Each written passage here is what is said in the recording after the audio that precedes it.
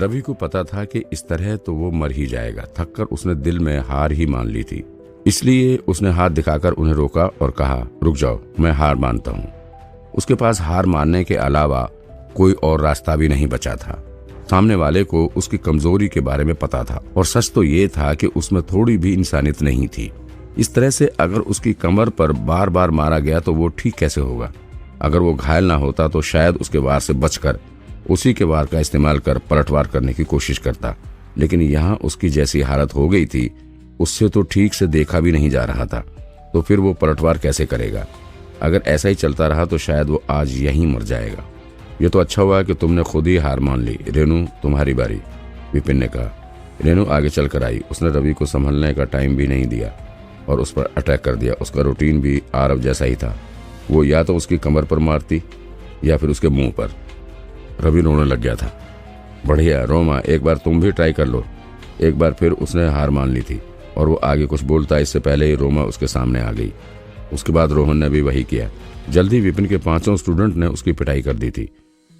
जब तक उसे सांस लेने का मौका मिला तब तक उसकी आंखें छोटी बन गई थी और उसे सामने वाली चीजें बड़ी ही मुश्किल से नजर आ रही थी। ठीक है, अब सब पूरा हो गया। चलो रवि, जल्दी करो और पैसे निकालो। हर बच्चे के 1000 रुपए और दरवाजे का खर्च मिलाकर कुल हुए 10,000 रुपए। विक्रम ने कहा। 10,000? तुम तो सिर्फ 5 हो तो 10,000 रुपए कैसे बन गए? रवि को लगा जैसे वो उसकी किडनी मांग रहा हो। विक्रम ने कहा, हमारा दरवाजा ही 5,000 रुपए का है। रवि रोते हुए बोला, 5,000 रुपए? 100 रुपए में तो ऐसे 5 दरवाजे आ जाते थे और तुम लोग अपने एक दरवाजे को ठीक करने के लिए 5,000 रुपए मांग रहे हो। ठग भी इस तरह से नहीं ठगते। आरव ने कहा, अगर तुम पैसे नहीं देना चाहते अभी तो कोई बात नहीं विपिन सर, हम इस चौथी रैंक के एक्सपर्ट के साथ थोड़ा और प्रैक्टिस करना चाहते हैं। क्या आप हमारी बात मान लेंगे? विपिन ने भी कहा, हाँ हाँ क्यों नहीं, लेकिन याद रहे प्रैक्टिस करते हुए सीरियस मत हो जाना, वरना किसी को चोट लग जाएगी। चोट लग जाएगी? नहीं नहीं, उसकी कोई जरूरत नहीं है, मैं अभी पैसे दे देता हूँ बस। विपिन की बात सुनकर रवि के होश उड़ने लगे थे। ऐसी हालत में वो भला क्या बोल सकता था। उसने जल्दी से 10,000 रुपए का बैंक नोट निकाल कर दे दिया। वो भले ही अमीर घर से था, लेकिन उसने इतने सालों में बड़ी मेहनत से 10,000 रुपए जमा किए थे। अपनी सारी बचत को इस तरह एक बेकार से चैलेंज के लिए गंवाकर उसे बिल्कुल भी अच्छा नहीं लग रहा था। लेकिन उसे डर था कि अगर उसने पैसे नहीं दिए तो ये लोग शायद उसे पीट पीट कर मार ही डालेंगे। थोड़ी देर पहले ही वो यहाँ बड़े ही कॉन्फिडेंस के साथ आया था। उसे क्या पता था कि यहाँ उसकी ऐसी हालत भी हो सकती थी। उनके रवि को हरा पाने का मेन कारण ही ये था कि विपिन ने उन्हें वो 3 मूव बताए थे। अपने से ज्यादा ताकतवर दुश्मन को सिर्फ 1-2 सलाह से ही हरा दिया। अगर विपिन को इस तरह से पढ़ाना आता था तो फिर वो एग्जाम के दिन क्या करेगा। उसने यहाँ तो ये सब इतनी आसानी से कर दिया जैसे उसे रवि की टेक्निक पहले से ही पता थी। इधर अब जब शर्मा सर गुस्से में आ ही गए थे तो विपिन की बुरी किस्मत भी शुरू हो ही जाएगी। बस कुछ टाइम की बात है। उसके सारे स्टूडेंट्स शर्मा सर की क्लास में आ जाएंगे और उसके पास एक भी स्टूडेंट ना होने की वजह से उसे स्कूल से निकाल दिया जाएगा। शर्मा सर, आपको क्या लगता है विपिन आपका चैलेंज मानेगा? श्रेष्ठ विकास ने अपनी दाढ़ी पर हाथ फेरते हुए कहा। विवेक शर्मा ने नाक सिकोड़ते हुए कहा, इससे कोई फर्क नहीं पड़ता कि वो मेरा चैलेंज मानता है या नहीं। अगर मेरे जैसा मशहूर टीचर उस बेकार इंसान को मेरे स्टूडेंट्स चुराने की सजा नहीं दे पाया तो मेरी इज्जत का क्या होगा? स्कूल में लोग क्या कहेंगे? सही कहा तुमने, श्रेष्ठ विकास ने सिर हिलाते हुए कहा। वो आगे कुछ बोलने ही वाले थे तो एक लड़का सूजा हुआ मुंह लेकर उसके सामने आ गया। वो ऐसे चल रहा था जैसे कोई मुर्गा चल रहा हो। उसके सामने आते ही वो लड़का रोने लग गया और रोते हुए बोला, शर्मा सर प्लीज मेरी मदद कीजिए। विवेक शर्मा भी उस लड़के को देखकर थोड़े हैरान थे। तुम कौन हो? लड़का और जोर से रोने लगा। मैं रवि। रवि, मैंने तो तुम्हें चैलेंज देने के लिए भेजा था, तुम्हारी ये हालत कैसे होगी? लड़के की बात सुनकर विवेक शर्मा ने उसे थोड़ा ध्यान से देखा। वो सच में रवि ही था। शर्मा सर ने हैरानी से पूछा, सिर्फ एक चैलेंज देने में तुम्हारी ऐसी हालत कैसे हो गई? रवि ने आंसू बहाते हुए कहा, मुझे पीटा गया है। शर्मा सर को गुस्सा आ गया। विपिन ने भी ये नहीं सोचा था कि तुम एक स्टूडेंट हो और तुम पर अटैक कर दिया। विवेक एकदम से खड़ा हो गया और पूरी क्लास में एक शक्तिशाली एनर्जी आ गई। उसने आज तक कई बिंदु खोल दिए थे और वो एक लेवल 6 का सच्चा एक्सपर्ट था और अगर वो गुस्से में आ जाए तो बड़ा ही भयानक लगता था। इसलिए ही तो वो स्कूल का स्टार टीचर था। उसकी ताकत के बराबर तो स्कूल के श्रेष्ठ भी नहीं थे। उसे तो किसी भी दिन श्रेष्ठ भी बनाया जा सकता था।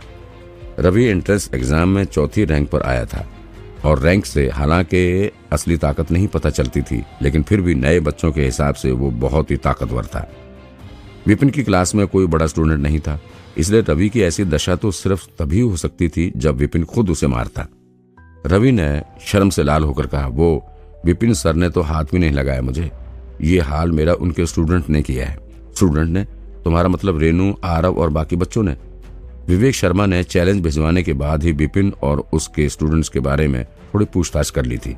उसे हैरानी हो रही थी कि विपिन के स्टूडेंट उतने भी बेवकूफ नहीं थे, कुछ को तो अच्छी रैंक भी मिली थी।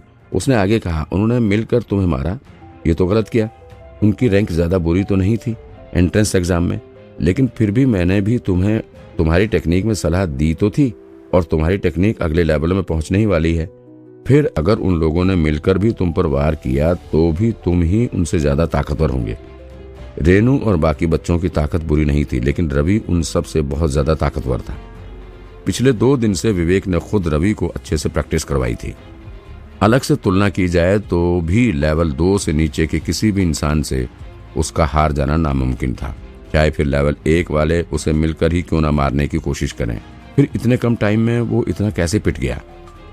पहले तो वो सभी मेरा सामना तक नहीं कर पा रहे थे, लेकिन फिर जब वो लोग बाद में मिलकर मुझ पर हमला करने लगे तो वहां विपिन सर भी आ गए और उन्होंने उन सबको रोक दिया। फिर उन्होंने उन्हें 3 मूव सिखाए, जिससे वो सारे बहुत ही ताकतवर बन गए। ना जाने कहां से उनमें मुझसे भी ज्यादा ताकत आ गई।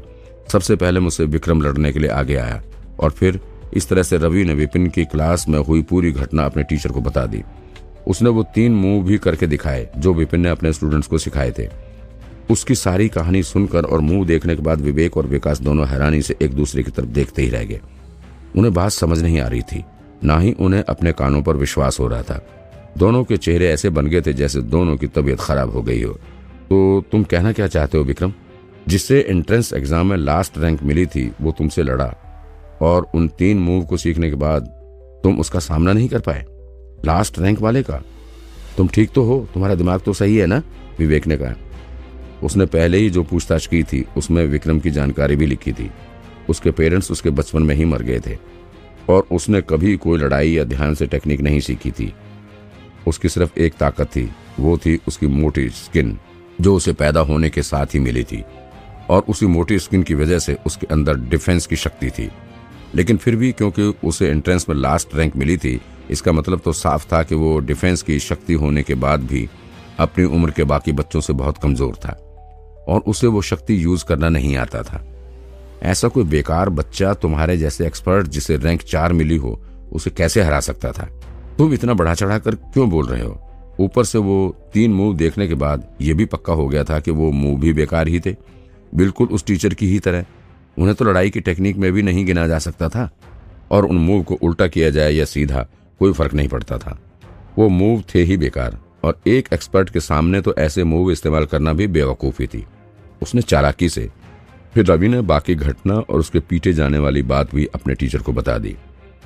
उसकी बात सुनने के बाद विवेक शर्मा को समझ आया कि असल में रवि की हार हुई क्यों थी। लगता है तुम्हारी कमजोरी उन्हें पता चल गई थी।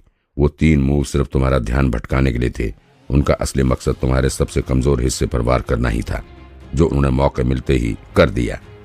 उफ, उसका ये स्टूडेंट कुछ ज्यादा ही घमंडी हो गया था अपनी ताकत को लेकर, और उसकी खुद की ही लापरवाही का फायदा उन लोगों ने उठाया।